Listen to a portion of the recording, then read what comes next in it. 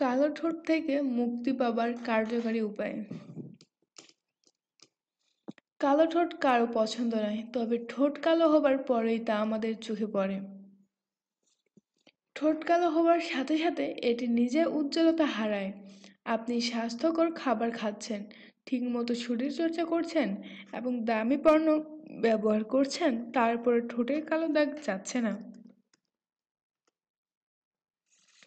তাই এখানে প্রাকৃতিক কিছু উপায় দেওয়া হলো, যার সাহায্যে আপনি সহজেই আপনার ঠোঁটের কালো দাগ দূর করতে পারবেন। 1. সপ্তাহে একবার স্কাব।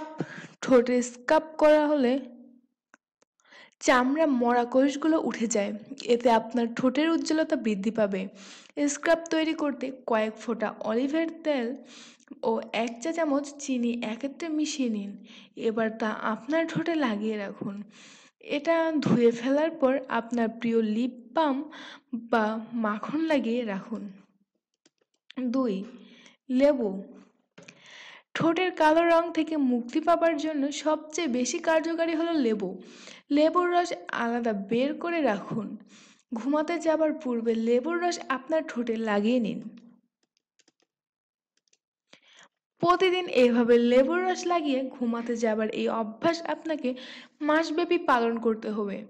এতে আপনার ঠোঁট আবার গোলাপি রং ধারণ করবে। সূত্র: টাইমস অফ ইন্ডিয়া।